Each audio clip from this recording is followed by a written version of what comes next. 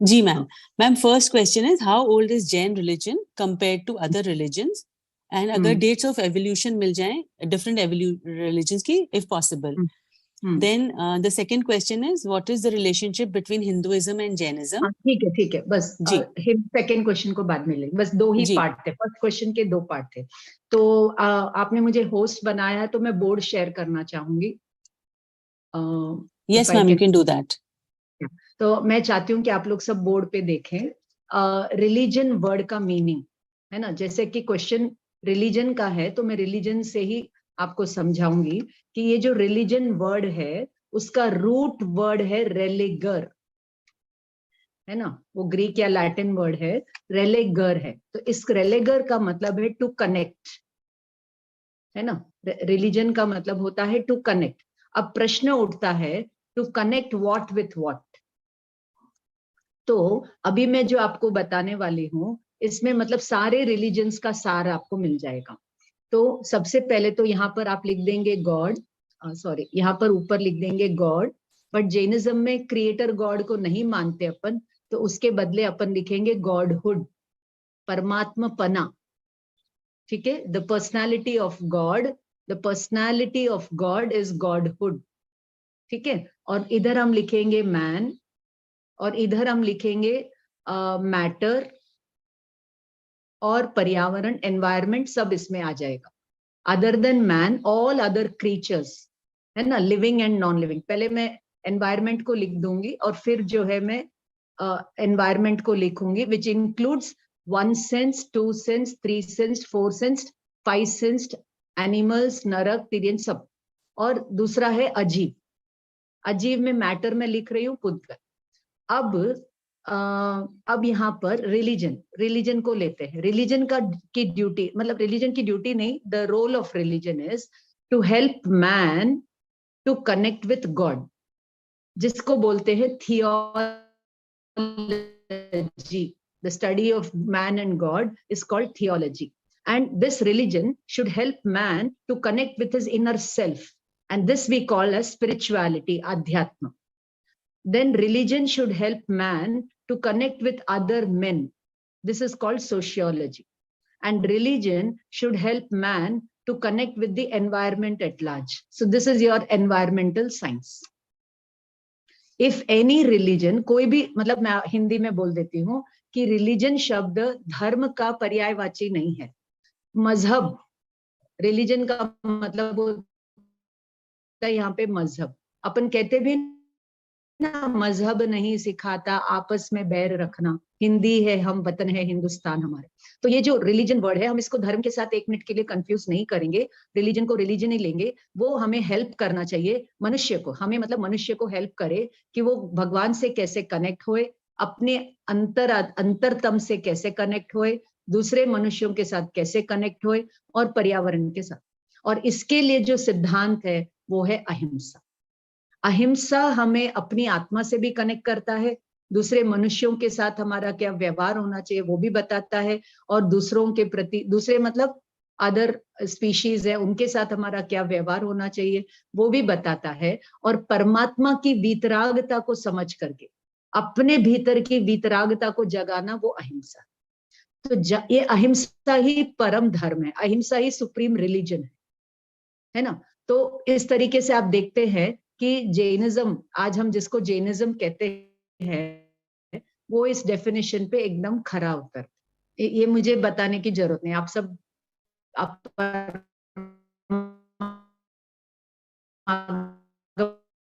सब जानते हैं कि कोई भी रिलीजन जो है, हिंसा परमो धर्म महाभारत में लिखा है, लेकिन उसको फॉलो कौन कर रहे हैं? जैन लोग. और आज हम जिसको जैन धर्म कहते हैं, पुराने जमाने में उसके और कई नाम थे, है ना. श्रमण धर्म, अहिंसा धर्म, निर्ग्रंथ धर्म.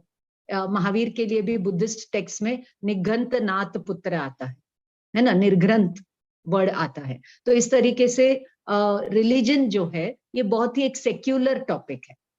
सेक्युलर का मतलब क्या है? It is beyond, it is pan all the जीव, मतलब सभी जीवों के लिए ये रिलीजन होता है. यही तो अपन बोलते हैं वस्तु स्वभाव धर्म है. तो अजीव का भी स्वभाव है, जीव का भी स्वभाव है, जो जिसका स्वभाव है वो उसका धर्म है. तो इस प्रकार जैनिज्म, अब आपका क्वेश्चन है ना, जैन धर्म कितना पुराना है?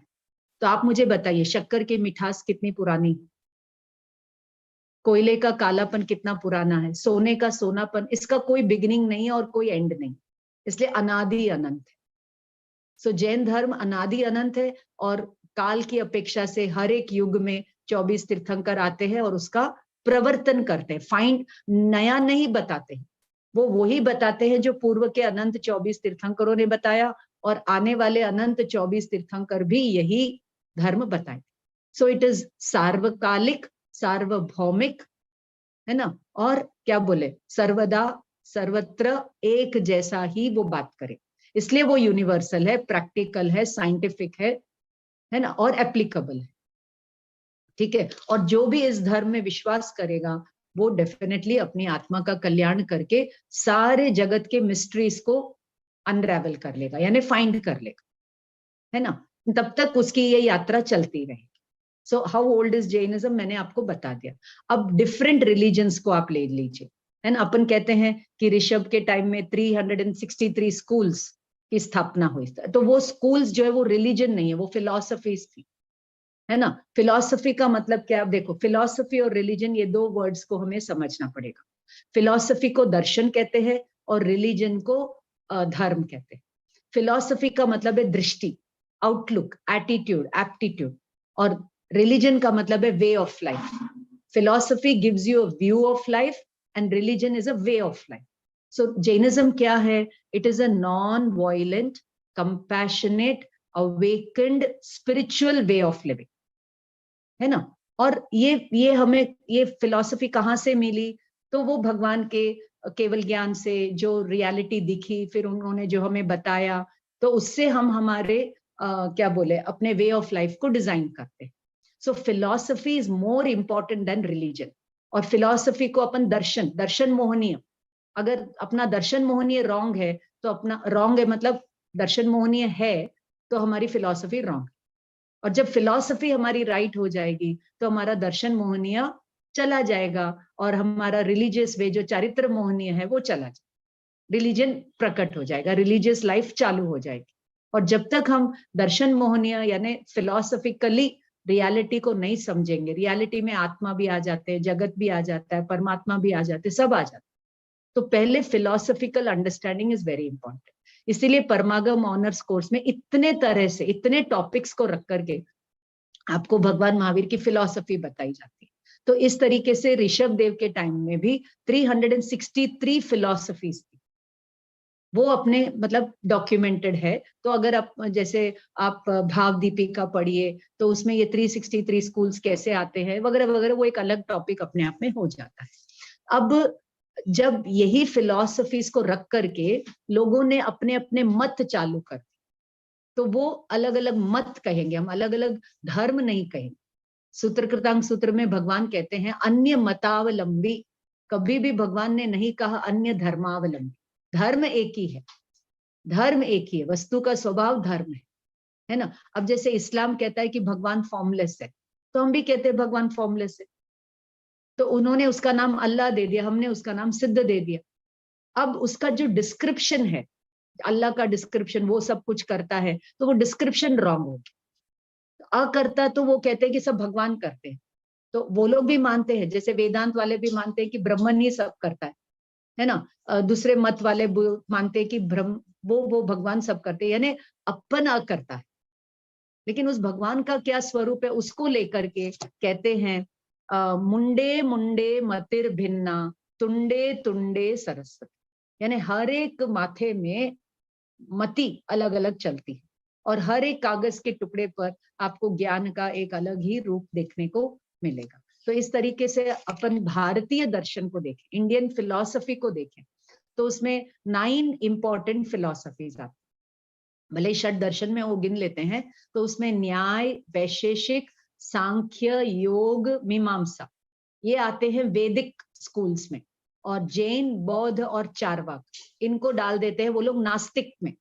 वो कहते हैं कि आप वेदों को नहीं मानते, क्रिएटर गॉड को नहीं मानते, आप नास्तिक हो। और फिर हम भी कह सकते हैं कि आप हमारे आत्मा के स्वरूप को नहीं मानते, भगवान को मतलब आत्मा को अकर्ता नहीं मानते, तो आप भी नास्तिक हो। अब क्रिश्चियनिटी, इस्लाम को ले लीजिए, तो ऐसे तो वो भी कहेंगे कि आप हमारे भगवान को नहीं मानते हो तो आप नास्तिक हो। तो इस तरीके से क्या है, सब अपना अपना एक नैरो डेफिनेशन ऑफ नास्तिक का दे। अगर आप परमात्मा में मानते हैं, लेकिन परमात्मा किसको मानते हैं? अपनी आत्मा को मानते हैं, तो आप अपनी आत्मा को नहीं मानते हो तो आप नास्तिक हो, और अपनी आत्मा को मानते हो तो आप ट्रूली आस्तिक हो।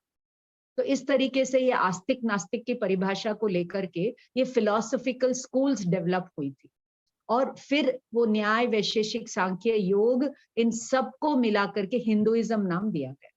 और बुद्धिज्म श्रमण, मतलब नास्तिक परंपरा में जैन, बौद्ध और चारवाक थे, तो बुद्धिज्म बौद्ध धर्म आ गया, जैनिज्म के लिए वो श्रमण धर्म आ गया, मतलब श्रमण धर्म जैनिज्म के लिए ले लिया।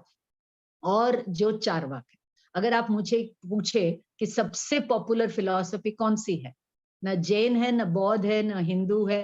हिंदू तो कोई फिलॉसफी है नहीं, हम उसको एक हिंदुइज्म नाम डेसिग्नेट करते हैं। अगेन दे से Hinduism is also way of life, वगैरह वगैरह। तो सबसे पॉपुलर यदि कोई फिलॉसफी है तो वो है चारवाक, मटेरियलिज्म, खाओ पियो मौज करो। तो जब हम आत्मा को नहीं मानते, मोक्ष मार्ग पर चलने का प्रयास नहीं करते, हम भी वही चारवाक फिलॉसफी ही फॉलो करते, है ना। ईट, ड्रिंक, एंजॉय, मेक मैरी, कल किसने देखा है, उधार लेकर के भी घी पीना पड़े तो पियो। शरीर एक बार भस्मीभूतस्य देहस्य पुनरागमनम कुतः, शरीर भस्म हो जाएगा तो पुनर्जन्म किसने देखा है। तो ये सब जो भगवान की बातें, पुनर्जन्म की बातें, पुण्य पाप की बातें, ये सब काल्पनिक लोग हैं, जो फालतू निठल्ले लोग बैठे थे ना, उनके मन में जो भाव आए वो सब करके उन्होंने ये सब घड़ दिया। तो तुम मत इन सब बातों में मत पड़ो। So this philosophy is ruling the world. तो इस तरीके से इंडिया में 3 रिलीजन्स है ना, Hinduism, Jainism, Buddhism, and then came Sikhism, जो कि नॉट क्रिश्चियनिटी, मुगल और हिंदू, इस्लाम और हिंदुइज्म। जब मुगल आए तो वो अपने साथ इस्लाम को लेकर आए, और यहाँ पे ऑलरेडी हिंदू ट्रेडिशन था, तो उसको क्या बोले, इंटीग्रेट करके सिखिज्म के 10 गुरुओं ने, उन्होंने वहां पर सिखिज्म चालू।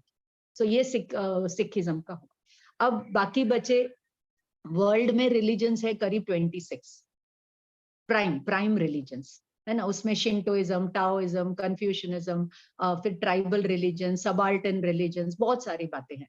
मैं खाली मेन अभी क्रिश्चियनिटी और इस्लाम पर आ जाती हूँ।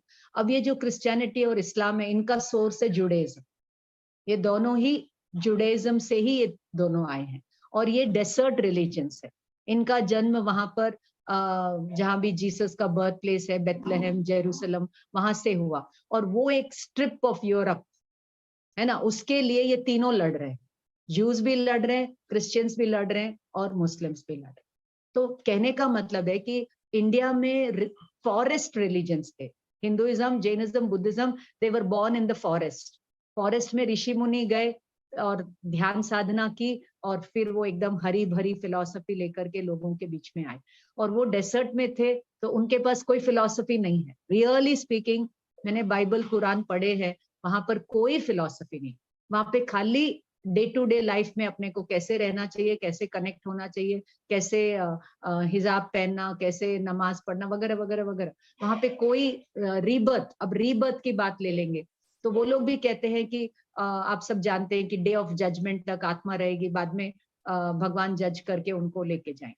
बस यहाँ तक उनका वो हो जाता है। और उनका समय जो है आप सब जानते हैं, जुडाइज्म का और Christianity, they are not older than 2000 years, इस प्रकार। और एक बात लगे हाथ कह देती हूँ, जब महावीर और बुद्ध भारत में विचर रहे थे, उसी समय चाइना में टाओ, कन्फ्यूशियस, शिंटो आदि आदि थे। So before Buddhism went to China, Japan and Thailand and all these countries, they were following these religions, Confucianism, Taoism, and they all talk about values, है ना, कि वहां पर values ही important, और अपने जैनिज्म में भी values important है। तो इस तरीके से बहुत सिमिलैरिटी आपको वहां पर मिलेगी। ये हुआ आपके पहले का आंसर। जी ma'am, thank you so much. नहीं नहीं मैम, बहुत अच्छा है। इनफैक्ट आपने जो दर्शन मोहनीय का हमें एक डिफरेंट एंगल दिया है, इट्स वेरी नाइस कि दर्शन हमें अपना वो फिलॉसफी वाला भी है। ठीक है मैम, थैंक यू।